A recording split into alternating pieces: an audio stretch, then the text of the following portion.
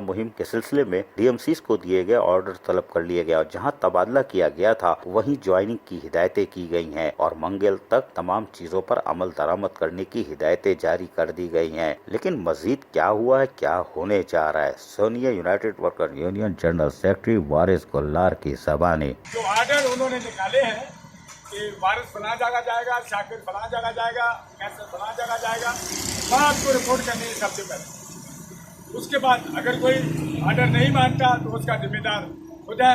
हो सकता है जल्द आपको एक्सप्लेनेशन मिल जाए या आपकी सैलरी भी बंद हो सकती है, क्योंकि जो ऑर्डर नहीं मानेगा और उसके खिलाफ महकमाना कार्रवाई भी होगी और उसको उसकी सैलरी भी बंद होगी।